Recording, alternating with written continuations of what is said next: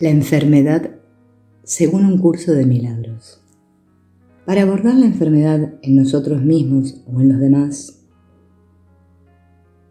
y verla dentro del propósito del ego para el sueño de victimización, hicimos que el cuerpo fallara, al igual que los fabricantes construyen autos para fallar.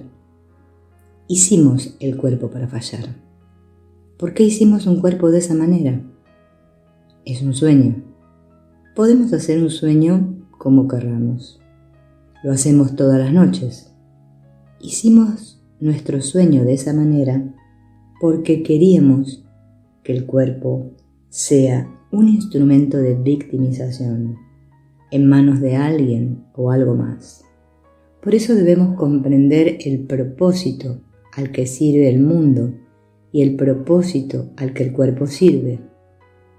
Para decirlo de otra manera, los síntomas físicos o psicológicos de la enfermedad representan relaciones especiales. Tengo una relación muy especial con mi cuerpo enfermo y con mi psique enferma. Los amo porque me permiten obtener lo que quiero. Utilizo mi relación especial con mi cuerpo para promover mis relaciones especiales con otros cuerpos. Uso mi cuerpo para hacer que otros se sientan culpables y así hago que hagan lo que yo quiero. Hay una tremenda ganancia secundaria en enfermarse. Si quiero que la gente sienta pena por mí, me tendré que enfermar, lastimarme, hacer un acto heroico y todos dirán, pobre, pobre, miren cómo sufre. Hacemos héroes de mártires. Hacemos héroes de las víctimas. En nuestro sueño hicimos que el cuerpo fallara para ser víctimas y para sentirnos victimizados por poderes y fuerzas fuera de nosotros, fuera de nuestro control.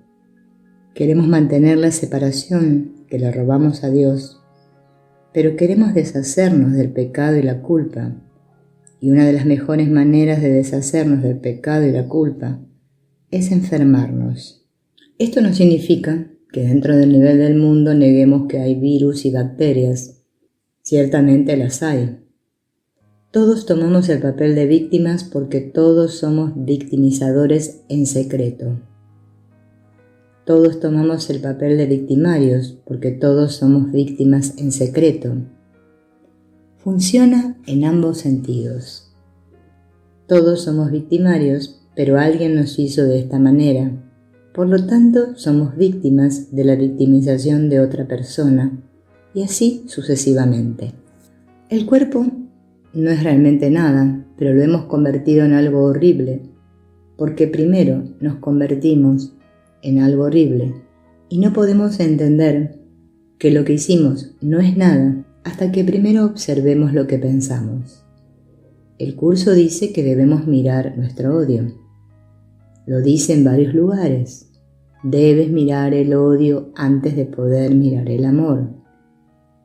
Debes mirar el odio, no porque el odio sea real, sino porque tú lo has hecho real.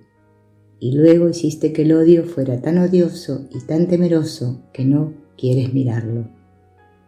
Entonces, el cuerpo y el mundo se convierten en una defensa contra este mirar. Cuando Jesús dice que toda terapia es psicoterapia, quiere decir que toda terapia es de la mente, porque toda enfermedad es de la mente. Toda enfermedad es una enfermedad mental. Dicho de otra manera, todos nuestros problemas son sombras de nuestra culpa, y por lo tanto toda terapia y toda sanación consiste en deshacer la culpa mediante el perdón. Dicho de otra manera, toda enfermedad es una expresión de la creencia de que mis intereses están separados de los tuyos. No me importas, solo me importa que se cumplan mis necesidades.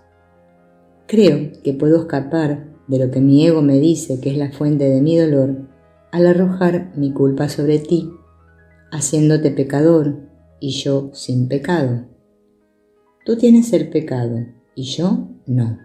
Solo me importa deshacerme de mi pecado. Si definimos la enfermedad como la creencia en intereses separados, entonces podríamos definir la curación como la creencia en intereses compartidos. Si creo que soy pecador, entonces te haré pecador, y si creo que eres pecador, entonces estoy reforzando mi propia creencia en el pecado. Pero si realmente quiero recordar mi inocencia como Cristo, entonces esa inocencia debe ser percibida en todos, porque el Hijo de Dios es uno. Toda enfermedad es culpa, que proviene de nuestra creencia en intereses separados. Toda terapia y toda sanación es de la mente, porque ahí es donde está la creencia. Cuando Jesús habla de actividad mental, quiere decir literalmente de la mente, que está totalmente fuera del cuerpo y el cerebro. Por eso se nos habla de que el juicio es una decisión. Es una forma diferente de describir lo que sucedió en ese momento ontológico original, cuando la pequeña idea loca surgió en la mente del Hijo de Dios y el Hijo tuvo la opción de escuchar la verdad del Espíritu Santo o las mentiras del ego. La interpretación del Espíritu Santo de la pequeña idea loca fue que la separación nunca ocurrió. No hay una idea loca. A eso se refiere el curso como el principio de la expiación. La mentira del ego es que la pequeña idea loca no solo ocurrió, sino que es real, pecaminosa, justifica nuestra culpa, lo que nos hace merecedores de castigo. Elegimos la mentira del ego para tomar el lugar de la verdad del Espíritu Santo. Primero juzgamos contra Dios. Dijimos que su amor no era suficiente.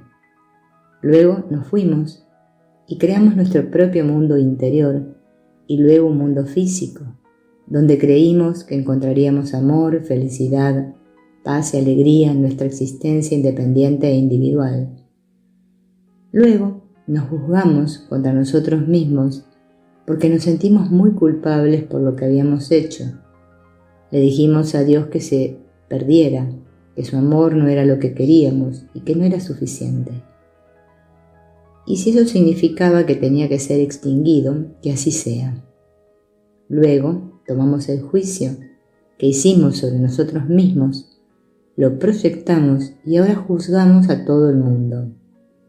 De eso es de lo que Jesús está hablando aquí. El universo que ahora percibimos como lo hemos creado es el universo de la separación, el juicio, la culpa, el castigo, el sufrimiento, el dolor y en última instancia la muerte. Ese es el universo de la mente equivocada. Debido a que es el universo dentro de nuestras mentes, es el universo que surge cuando lo proyectamos, un mundo de sufrimiento, pecado, separación, especialismo y muerte. Todas nuestras lágrimas, tristeza, soledad y todo nuestro dolor en nuestro interior tienen una sola causa, nuestra creencia de que descartamos la inocencia del Hijo de Dios cuando nos separamos de Dios y nunca recuperaremos esta inocencia. Todas nuestras lágrimas son por esa inocencia.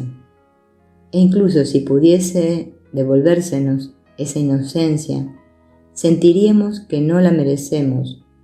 Por eso Jesús nos dice que toda enfermedad, independientemente de la forma en que se exprese y en la que la experimentemos, no es más que una sombra, una expresión de dolor y de culpa.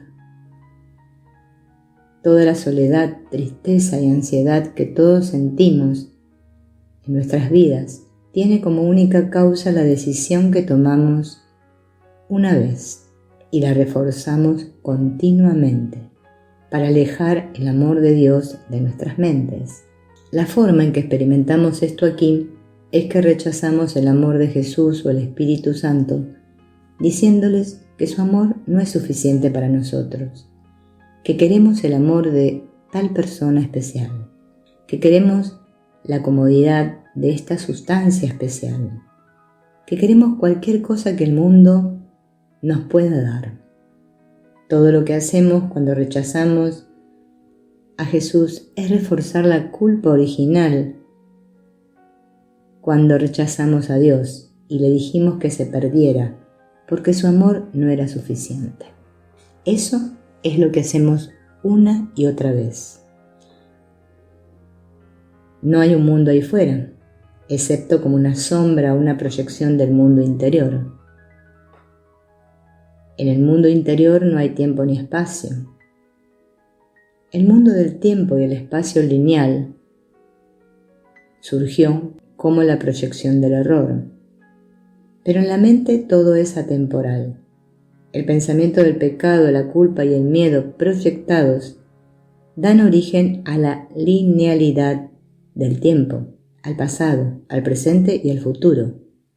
Todo lo que estoy sintiendo en mi vida presente, los recuerdos de dolor o en el pasado, las cosas que anticipo para mi futuro, son formas de mantener nuestra separación y culpar o responsabilizar a alguien o algo fuera de nosotros. Todo esto ocurre en la mente, pero todavía está sucediendo. Por eso es tan importante ver que el sistema de pensamiento del ego está más allá del tiempo. Simplemente lo proyectamos en el tiempo y lo pensamos en términos de secuencia, pero siempre está ahí y siempre buscaremos esa expresión. Una vez que hicimos la culpa real en la mente, es imposible no tener alguna forma de enfermedad. Mientras creamos que estamos aquí, en este mundo, y que somos un cuerpo, que somos la personalidad que tenemos, mientras creamos que este ser es lo que realmente somos, nos sentiremos culpables. Este yo podría haber emergido solo de la creencia previa de que podríamos estar separados de Dios, de haber logrado lo imposible. Por lo tanto, nuestros sentimientos de odio hacia nosotros mismos están más que justificados.